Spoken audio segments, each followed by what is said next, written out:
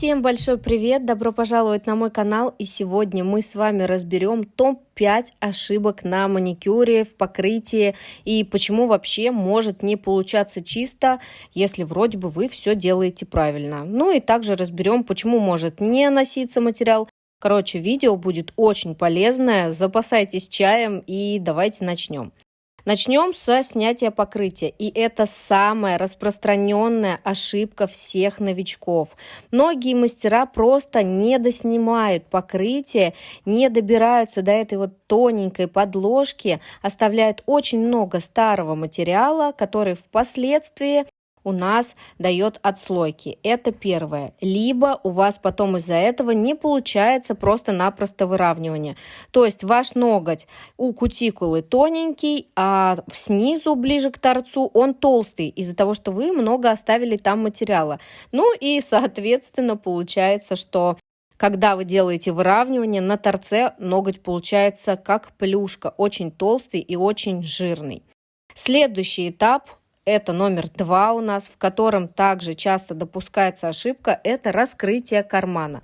На самом деле все думают, что очень важно правильно работать фрезой. Да, это безусловно, но если вы не раскрыли карман, получается, что ваша фреза углубляется за счет того и работает в кармане за счет того, что просто-напросто рвет, прорывает кожу. Как бур роет землю, так и фреза ваша начинает прорывать себе ход под кутикулой. Обязательно уделите особое внимание раскрытию кармана и тому, чтобы убрать птериги с ногтя, хотя бы самый-самый большой. Обязательно проверяйте себя пальчиком, натягиваем кутикулу, смотрим и дальше приступаем к работе. Третий этап, в котором также часто допускается ошибка, это маникюр. Еще раз, многие думают, что почему-то очень важно иметь хорошую фрезу и желательно синюю еще. Или очень важно, например, сильно надавить или сильно нажать. На самом деле все проще. Важен хороший, мощный аппарат и качественно выполненные фрезы, на которые ровно нанесен абразив. Ссылку на все товары, которые я использую в своем видео, я оставлю в описании под видео.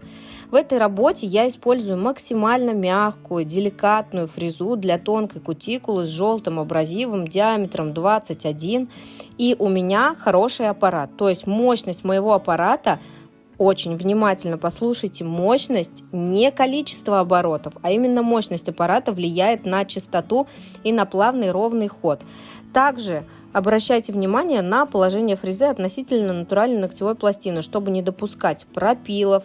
Сейчас я, кстати, работаю на оборотах 15 тысяч, даже может быть где-то 12, потому что кожа очень чувствительная и от любого прикосновения она может покраснеть. Также сейчас кожа рук сухая и в принципе ручки достаточно часто в воде находятся, поэтому работаем мы с ней деликатно.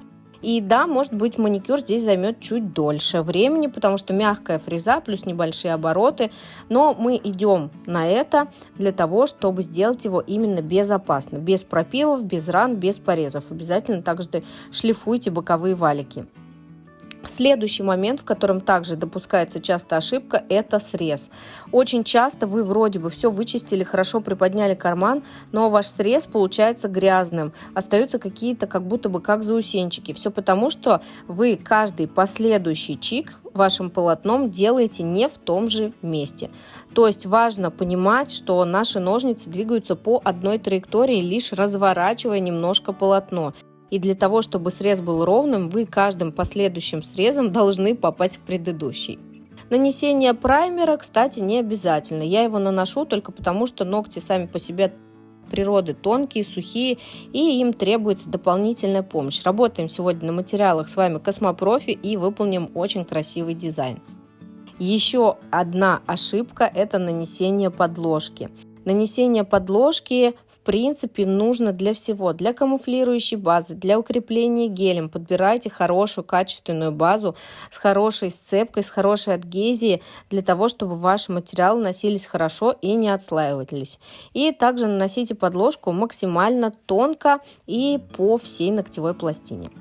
Делаем ремонт, пока остановимся на этих ошибках. И сегодня хочу вам показать вот такой вот гель-желе Flex от Secret Nails. И я им выстраиваю такой небольшой уголок. То есть меня многие спрашивают, а что, Татьяна, если вот у меня нет, например, акригеля? Все очень просто. Это все можно сделать гелем-желе. Да, может быть, будет где-то чуть посложнее, а кому-то даже, знаете, и чуть проще. Я им достроила уголок, также сделала ремонт, где у меня была малюсенькая отслоечка небольшая, ноготь истончился. И будем с вами быстренько поднимать клюющий ноготь. Вот этот указательный у нас ноготь клюет.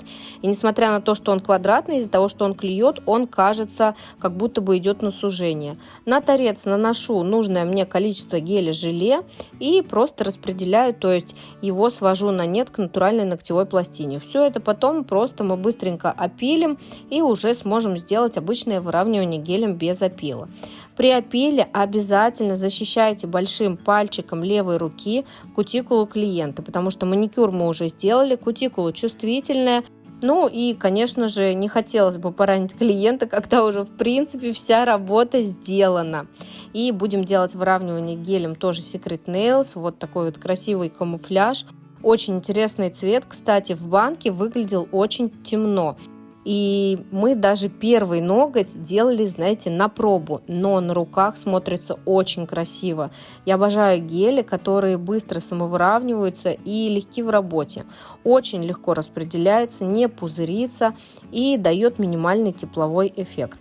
Также прорабатываю боковые стенки натуральной ногтевой пластины для того, чтобы у меня гель лег в этом месте тоненько, то есть чтобы у меня, опять-таки же, ногти не смотрелись какими-то толстыми или жирными. И вот тут еще один важный момент, в котором мастера допускают ошибку. Это построение апекса. У вас торец должен быть тоненьким. На квадрате вы ориентируетесь при построении апекса на длину ногтевого ложа, а не всей ногтевой пластины. На квадрате мы выстраиваем апекс на 1/3 ногтевого ложа, а на овале и миндале на 1/2 ногтевого ложа, не учитывая длину свободного края. Если вам интересно, заходите в мой инстаграм, там очень много полезных прямых эфиров, и поэтому, кстати, был тоже прямой эфир. Опил форм. Многие думают, что сложно делать маникюр, но сделать все ногти одинаковыми, чтобы форма была четкой, чтобы она не плыла, чтобы все свободные края были одинаковые. И это достаточно сложно. Скажу честно, у меня никогда не было проблемы с формой, но знаю, что у многих моих учеников как раз-таки это их больная тема. Обязательно смотрите на ноготь не только сверху, но и заглядывайте сбоку. И приступим к дизайну. Нам понадобится 0,10 красный цвет, 197 и еще вот такой красивый фиолетовый цвет под номером 369. Опять я нанесла на палитру и смешала в двух разных пропорциях с белым цветом. Лучше взять гель-краску, она плотнее, и кисточка у меня 1,5 от Рублев. Что мы делаем? Сначала мы берем более темный розовый и делаем малюсенькие микроскопические мазочки. Тут очень важно, чтобы вы поняли, что дизайн этот минималистичный. Оставляйте между ними пробелы, так как у нас будет еще второй ряд лепестков. И вы знаете, мне так понравилось после зимы рисовать такие весенние дизайны. Я так устала от снежинок. Поддержите меня, если вы тоже уже об этом думаете. В центр я нанесла небольшое количество базы и приклеиваю кусочки патали. Патали я, кстати, заранее нарезала. И у меня есть даже целая баночка с уже нарезанными именно маленькими кусочками для того, чтобы не тратить время при клиенте. Прикрепляю и смотрю, чтобы у меня паталь обязательно не торчала. Дальше белую гель-краску я смешиваю с темно-розовым цветом и уже расставляю как бы в шахматном порядке другие лепестки. Следующий ряд. Они могут быть где-то чуть светлее, где-то чуть темнее. Это наоборот хорошо. Также этими лепестками я захожу немного на паталь. То есть, чтобы не было видно вот этих краев, где у нас паталь переходит в цветочки. Ну, согласитесь, ну очень красиво. Покрываю я этот дизайн сначала базой и потом еще добавила зелененькие листочки, но просто не смогла снять. И покрыла дизайн топом. В общем, вот такая красота весенняя уже у нас получилась, и, честно, я очень довольна именно выполнением этой работы. Мне безумно хочется весны, я уже устала от зимы. Эта зима очень снежная у вас. Напишите, пожалуйста, какая у вас была эта зима, потому что действительно уже все, хочется летом. С вами была Татьяна Сидоренко. Надеюсь, что видео было для вас полезными, вы почерпнули какие-то новые знания или поняли свои ошибки. Обязательно ставьте лайки, подписывайтесь на мой канал. Всем пока!